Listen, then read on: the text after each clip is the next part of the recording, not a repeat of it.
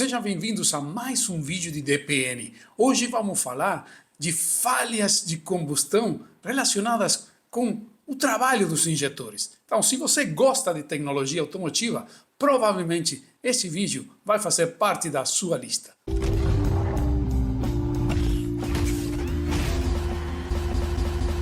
Muito bem, agora sim, vamos começar com esse nosso conteúdo. Isso aqui é mais uma entrega dessa série Viver de Diagnóstico, onde a gente trabalha com esse conteúdo. Vocês estão vendo na tela aí, esse conteúdo que a gente entrega nos artigos da Revista Mecânico. Para esse fim, para falar dessas falhas de combustão, nós vamos utilizar o editorial 341, que foi setembro de 2022, esse artigo que saiu como influência dos injetores nas falhas de combustão. Lembrem que isso está disponível lá no site da Revista Mecânica. Você pode fazer download de qualquer uma das edições da revista e aí vocês podem voltar a ler esses artigos. A ideia aqui, como sempre, é explicar um pouco mais. Então vamos diretamente, que vocês sabem que essas falhas de combustão que a gente está mencionando estão relacionadas com o misfire, né?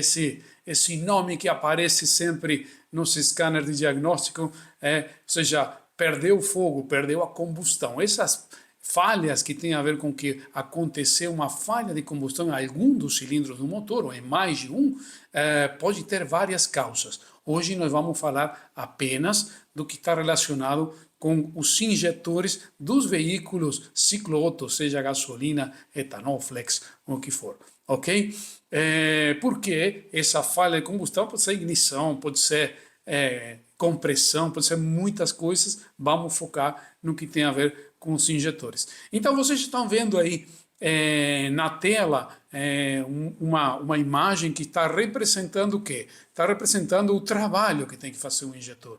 Tá? Seja qual for o sistema de alimentação, desde a época dos carburadores até a injeção direta, essa imagem que vocês estão vendo aqui, obviamente que é uma injeção indireta, está no coletor de admissão, tem que passar por dois processos muito importantes. A formação da mistura tem que passar pelo processo que nós chamamos de dosagem. Isso quer dizer o quê? Quer dizer que eu tenho uma certa quantidade de um elemento e outra certa quantidade do outro. Para o caso, estamos falando da mistura, ar e combustível. Então, eu tenho umas certas partes de ar para algumas partes de combustível. Isso vai variar, isso já falamos até em outros vídeos, principalmente dos veículos flex, isso vai variar o tipo de combustível que a gente está utilizando. Vamos tomar como referência uma gasolina pura, que a gente não tem como Brasil, mas é só como uma referência, que teria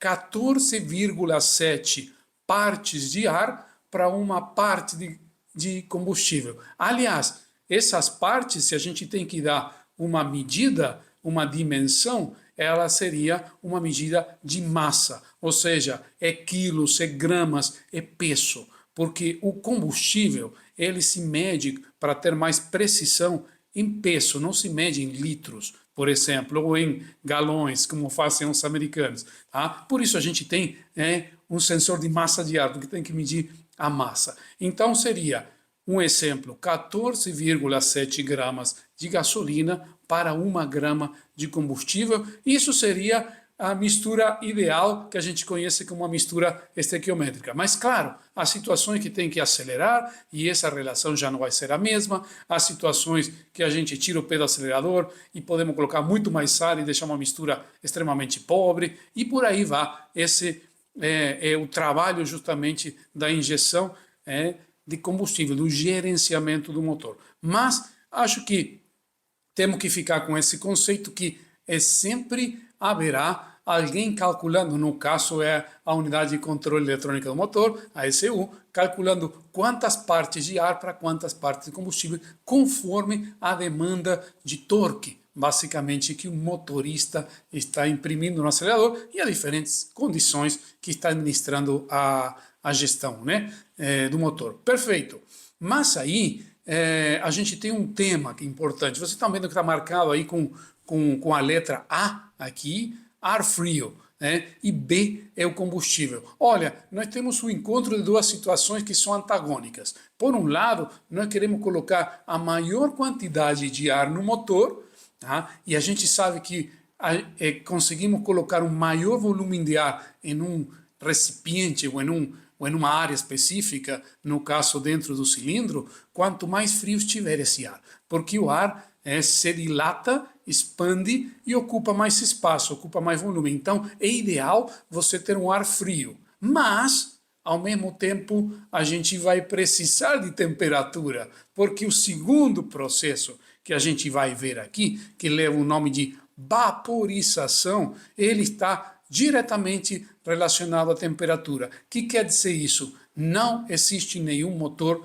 que queime, que trabalhe corretamente com a gasolina no estado líquido. A gasolina no estado líquido, ela não se queima por completo. Sobra muitos resíduos e, aliás, além dos resíduos contaminantes, a gente perde muito poder energético, poder específico, as quilocalorias que estão contidas em cada grama de combustível, a gente perde se ele não explode a uma determinada temperatura ou se ele não explode em uma formação gasosa. Por isso, a vaporização é essa característica de poder transformar um combustível líquido em gás. E para isso se precisa temperatura, ok? Então, por um lado, a gente tem que dosar, isso já fazia o carburador, agora faz a injeção.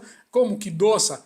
Nós já sabemos, eu vou estar pulsando esse injetor, abrindo mais ou menos vezes por segundo, tem orifícios pequenininhos, dessa forma eu vou controlando quanta quantidade de combustível eu estou colocando em determinado período de tempo. Essa é uma forma de fazer uma dosificação, tá? Uma dosagem de combustível. Perfeito? Legal. Então, até aí acho que tá tranquilo, né? Entra o ar frio, tá? A gente já mediu lá atrás, aqui estamos falando da incidência do injetor, não da injeção por completo, né? Existe outro sistema para medir o ar, medir temperatura e tudo mais. Legal. Entrou o ar, calculamos a quantidade de combustível, o ar está frio e a gasolina está líquida. Então aí, para que aconteça o processo da vaporização, necessariamente, esse combustível vai ter que tomar contato com alguma coisa que está quente, que está em temperatura. Lá no passado, quando a gente tinha carburador, a gente colocava a gasolina dosificada na parte superior, acima da borboleta, pressão atmosférica, tinha todo o percurso do coletor para descer, roubar a temperatura das paredes, poderíamos imaginar aqui, das paredes do coletor, e aliás, você se lembra que tinha aquecimento do coletor com água quente, com gás de escapamento, com serpentina, diferentes formas de aquecer, para quê? Para poder passar essa gasolina do estado líquido para o gasoso. Aqui, em um veículo de injeção, nesse caso indireta, a gente tem um percurso muito curto. O injetor, até colocar a gasolina na câmara de combustão, tem um percurso muito curto. Então, o que é que faz? Primeiro que nada, pressão, aumenta a pressão, 3 bar, 3 bar e meio, que é o que se trabalha, aí forma um spray legal, mas ainda o spray é líquido. Agora, qual é a sacada? Se vocês veem aqui no desenho, está claro, está clara a indicação assim, que esse jato de combustível está direcionado para a válvula de admissão. Essa válvula de admissão, obviamente, como o motor está funcionando, ela está quente. Na cabeça da válvula, é como se batesse aqui, pum, na nuca da válvula. Na cabeça da válvula, a gente vai ter sempre acima de 300 graus. Ok, então agora sim eu injeto um spray fino, com uma certa pressão, e vai tomar contato direto com uma peça quente, com um material quente, aí sim eu já tenho condições de começar a ter esse processo de vaporização. Porque lembrem que a injeção indireta sempre vai acontecer com a válvula fechada, sempre injetando com a válvula fechada e ela já está com temperatura. Ok, então ficou claro? Dosagem e vaporização.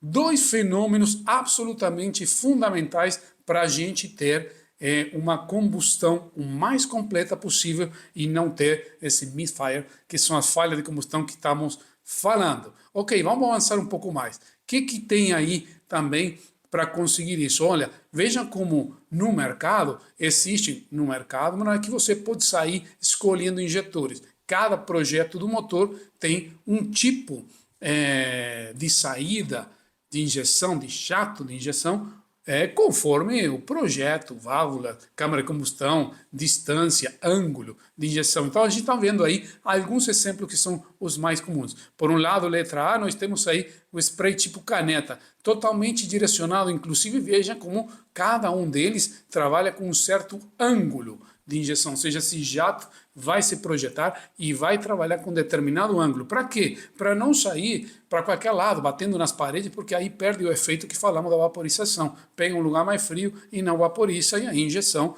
ela não é legal, ou seja, a quantidade pode estar certa, mas a vaporização não acontece.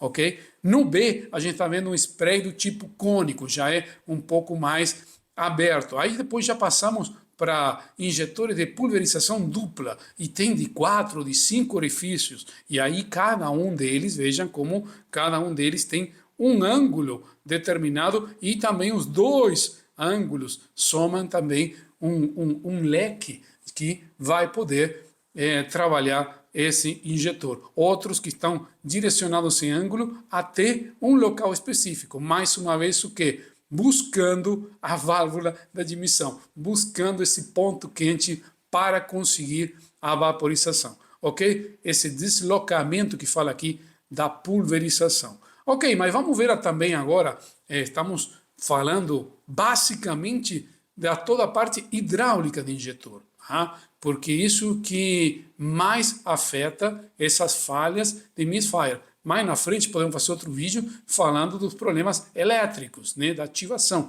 mas aqui bastante do comportamento hidráulico do injetor. Legal. Falando nisso, vamos ver quais são os principais componentes para a gente não perder de vista isso aí, né? Aí nós temos aqui um injetor em corte. Número 1, nós temos a conexão hidráulica, o selo de vedação ou rings, que são os selos mais comuns que utilizam os injetores. Um filtro interno tem aqui dentro do injetor, sempre tem um filtro pequeno, uma peneirinha aí interna. Número 4, aí sim já vemos aqui em corte a nossa bobina, esse induzido, essa bobina de ativação, uma mola que vai ter o trabalho de trazer de novo a agulha para o assento, e justamente falando da agulha, aqui número 6, agulha de válvula com armadura de vedação em esfera. Olha, todo esse conjunto que nós estamos vendo aqui com o número 6, que termina nessa esfera. Porque nós chamamos ainda de agulha, por mais que tenha uma vedação agora esférica. Por quê? Antigamente, os primeiros injetores de gasolina tinham uma vedação cônica, era uma agulha mesmo. Agora, o tempo foi passando, foram trazendo novos desenvolvimentos e descobriram que quando você faz uma vedação esférica, a força de fechamento dessa esfera no seu assento, ou seja, a área que tem a força específica por área é maior. Então isso permite o quê? Isso permite que micropartículas ou pequenas sujeiras que possam ficar entre essa esfera ou essa válvula e o assento, pela força específica, pela área específica de contato, sejam destruídas. Isso aí é que chamam, a partir daí, chamam esses injetores que têm uma vedação esférica de autolimpantes. Aí você, então esse injetor não tem que limpar nunca mais na vida.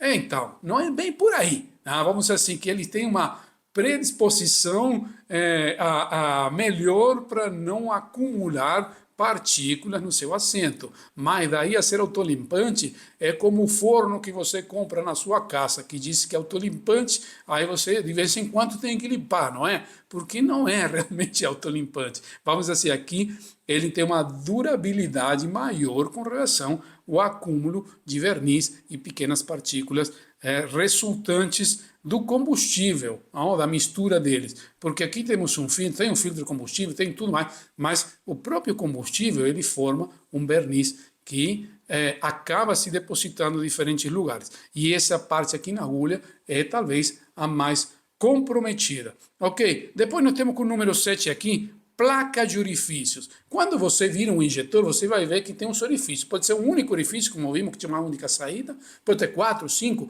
uma quantidade diferente, são pequenos orifícios. Essa placa é um disco perfurado que tem justamente a função de dar esse ângulo, esse direcionamento que nós falamos da injeção. Tá? Então, justamente para isso tem uma placa específica, né? Com o número 8, nós vemos aí conector elétrico, simplesmente para ativar o injetor. A carcaça do injetor, número 9, a maioria do que estamos falando já faz um bom tempo que são todos polímeros, né? Plásticos injetados. E o assento da válvula, que é o local entre essa esfera e um assento que vai fazer essa vedação. E falando nisso, eu queria trazer uma parte importante. Para a gente conseguir ter realmente que um injetor se comporte como foi projetado de fábrica, com aquele ângulo de injeção, na verdade nós vamos ter dois fenômenos que nós não podemos regular. Um injetor gasolina não tem uma regulagem, tá? Mas tem dois fenômenos que eles são desenhados, são feitos lá na fábrica, na linha de produção. Primeiro que nada, o ângulo de injeção, que já vimos que o disco tem uma participação muito grande, o disco perfurado, e depois também a projeção, ou seja, para onde vai, com que ângulo vai, para poder bater na válvula como a gente queria, e com que projeção, que tão distante ele vai. E isso depende de um fenômeno também, obviamente tem a ver com a pressão de combustível. Se eu tenho algum problema que a minha pressão ela diminui, ou uma grande obstrução, minha pressão está muito alta, esse ângulo, essa projeção vai estar totalmente fora do especificado e vai sair para qualquer lado a gasolina, ok? E outro fenômeno importantíssimo que estamos mostrando aqui, não sei se dá para reparar, olha, aqui esse seria uma imagem, um corte da agulha como falamos que é férica, e ela tem um curso determinado. Quando o induzido é ativado, quando a bobina do injetor é ativada, ela vai atrair a válvula e ela tem um curso determinado. Esse curso tem uma incidência direta no ângulo e na projeção.